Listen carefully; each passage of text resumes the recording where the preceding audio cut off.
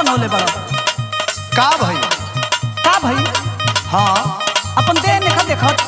अरे हमारा देह में का भल बा भाई? सुना का भइल बा? भइला बेजान हो कैला जियान हो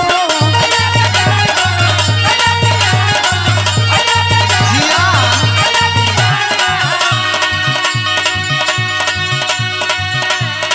भइला बेजान हो कैला जियान हो एकदम बिगड़ गइल दासा ये देवा कौन हंसा कहरेला किसे जपर तमाशा कहरेला बुझा गइल? बुझतनी तोहके समझ थोड़े आई।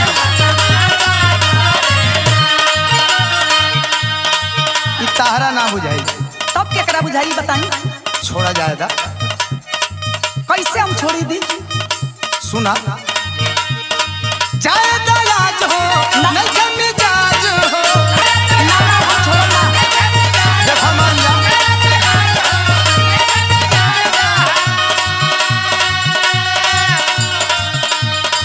जाएगा आज हो नहीं के मिजाज हो। लाजा बिगाड़ दे बुधारम ये मीरा कौन करम करेलू न मारा दस शरम करेलू। अच्छा तुम्हारे समझ बात तने कुछ समझे के कोशिश करा।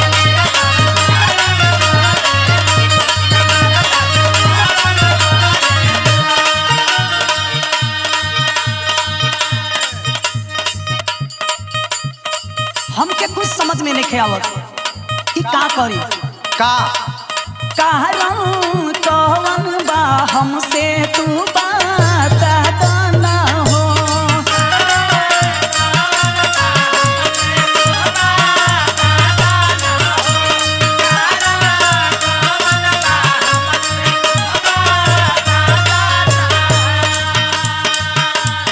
आवे कुछ ना समझ में समझाता ना हो।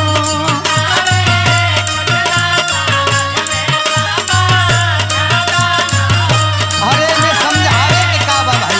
नहीं तो के बतावे के पड़ी। बाली बेचैन हो कब लड़ी नैन हो लड़ी लड़ी घबरा मत। कहिया लड़ी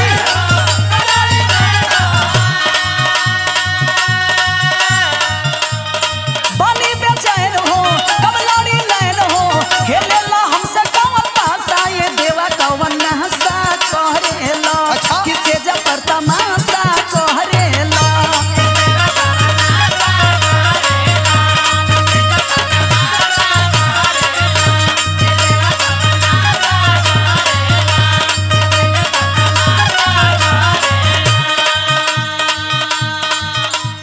सुना ना हाँ बोली ना।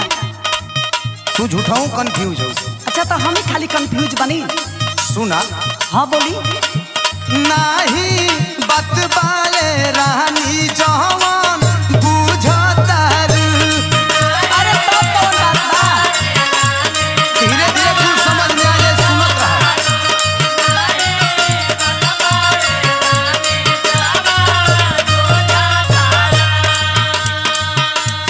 हम तो तोहरे नुहाई झूठे जूझतर।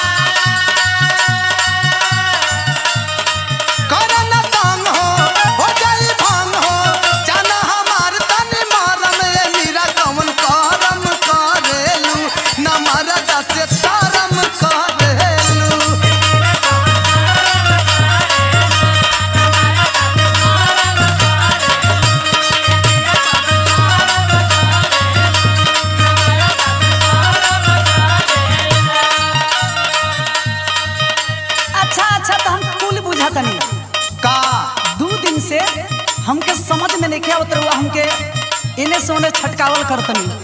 साफ साफ बताओ कहल का चाहत हो? सुनी हम का कहल चाहतनी। हमारा 2 दिन से पजरा नहीं आवेला हो। का कारण बा?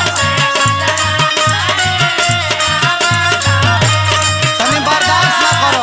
कैसे बर्दाश्त करी?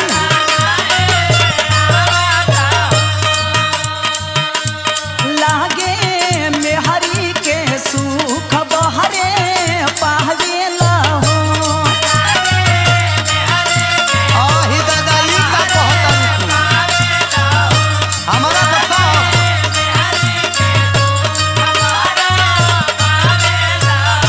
ए अखिलेशो लागल बा ठेसो।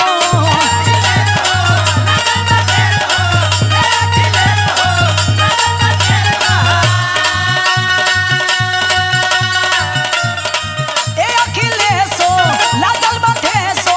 बड़ा छोड़ाई दिल आशा ये देवा कौन नहसा करेला किसे जपर तमाशा करेला।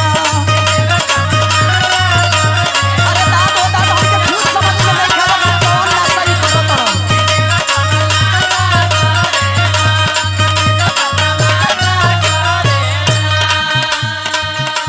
अब लो जब नहीं है मनबू तो तोहके एकदम हम राज वाली बातें बता देते। हाँ हाँ बताई तो। हम ता